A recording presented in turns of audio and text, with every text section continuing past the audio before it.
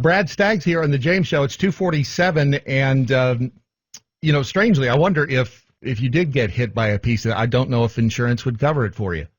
Now, maybe if you're working, while a big piece of the Peregrine lander lands on your head, it's possible that insurance may cover it. But well, you know what? Let's ask Eric Calciano. He's the lead benefits advisor with New City Insurance out in San Diego. Boy, I bet it's beautiful out there today, isn't it, Eric? Yeah, not too bad. I mean, we're not dealing with a lot of the snow that a lot of the country's dealing with, so can't complain. Right. And you, just to be sure, you have not seen any pieces of the Peregrine lander headed toward you in San Diego? No, not yet. But I will say that if somebody does get hit by it, it will need to be considered medically necessary for the insurance to go ahead and cover that. See, that's good advice. That's very good advice. See, insurance is everybody, we all want to have insurance. Insurance has gotten insanely expensive. If you have a small business, it is it's right after wages. It's the highest expense you have as a small business, right? Mm-hmm. Yeah, for the most part. It's one of the top 3 line items for most businesses. So what do y'all do to help business owners try to, save money, try to, give the best coverage for their employees? What can people do to, do the right thing and yet save some money at the same time? Well, a lot of the key is with transparency. So as a lot of people know, and those, especially business owners who operate their own insurance plans, and they've gone out to one of the major carriers, the Blues, United, Cigna, Aetna, there's typically a lack of transparency. The carriers don't want to share a lot of information about how the plan is running, where those claims are going, how much they're paying for different claims, because if they told you how much they were spending on claims versus how much you were spending on premiums, then you would demand to pay less money. So really? it doesn't bode well for them if they were to be completely transparent about where all of that money was going. Really? So the more transparency we can get into the system, the more that we can say, hey, we're paying the right amount or we're not paying the right amount, and then leverage that to get more efficient pricing on plans. So there was just a JAMA, Journal of the American Medical Association, right? That's right. Yeah, the network open study, and part of that was the finding that the average workplace health plan last year cost $24,000 for family coverage, employers covering about 3/4 of that cost. And although workers most directly feel the impact of their health care spending through out-of-pocket cost, economists have long argued that soaring premiums have suppressed wage growth. Because are people still taxed on health insurance? Is that considered part of your wages? No. So for the most part, the vast majority of individuals, that will be pre-tax, as long as it's set up through what's called a cafeteria plan. That's a cafeteria plan.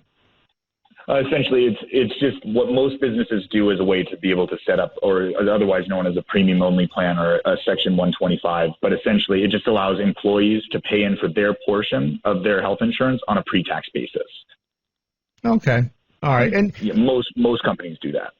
Okay. And again, this is insurance has obviously changed so much over the years. I remember, back when rocks were soft and dinosaurs roamed the earth in the 80s. It wasn't this complicated, nor was it this expensive.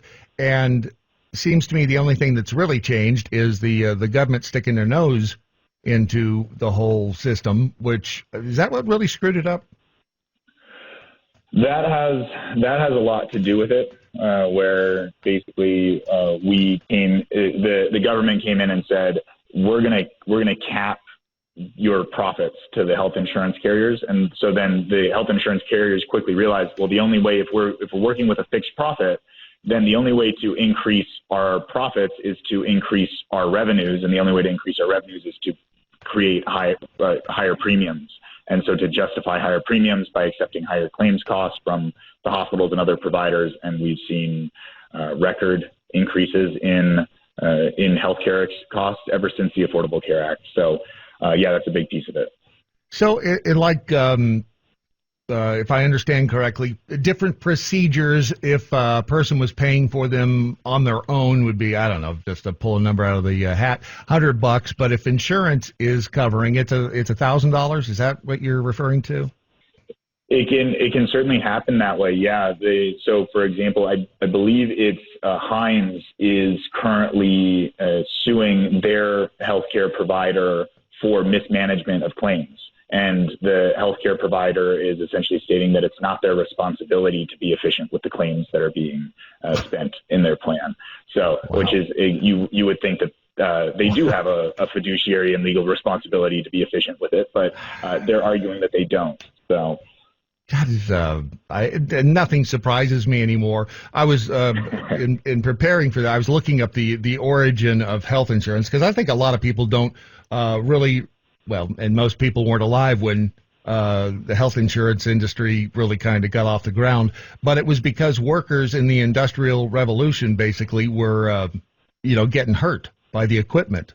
And so they needed to have, employers needed to kind of sweeten the deal if they were going to get and I think it was the Granite Cutters the Granite Cutters Union. And I can imagine you're cutting granite, you're working with some pretty heavy duty machinery, and that's back in 1877. So, and then since then, we've all used insurance in the way that it was never meant to be used. I mean, you cut your arm off, that was basically what insurance was for. Everything else was you go to the doctor and you pay for it out of your pocket. But then when these insurance plans came along, like you said, things started getting more expensive because insurance would pay for it. Is there a shot we ever go back to some other way? Because obviously this is not sustainable for insurance companies or businesses as everything continues to rise. What do you see as the next big trend in insurance? Well, I think that it's one of those things that this is just such a huge component, such a huge industry at this point. There's so many powers and so much money and so much special interest that any corrections that are made, are not typically massive single changes. It's a lot of smaller changes to right the ship over time. So, for example, there's a pretty interesting new development within Florida at this point. Florida just became the first state in the country to get FDA approval to import drugs for their state-run plans from Canada. Essentially, wow. because Canada, it's the exact same drugs from the exact same manufacturers, but when it comes from Canada, it comes at a fraction of the cost. And so now that they're going to be able to import that, they should be able to save millions and millions of dollars on every year on their spending on prescriptions. Right. My parents lived up in the Northeast before they died.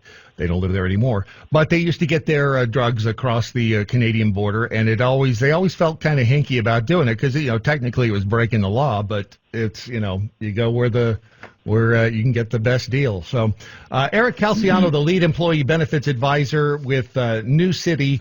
Where can people find more about your company and get information on you? Yeah, newcityinsurance.com, and we're happy to help out any businesses that are looking to reduce their healthcare costs and improve coverage at the same time. Perfect. Eric, thanks for your time, and keep an eye to the sky. Let us know if you see any parts of the Peregrine Lander headed your way.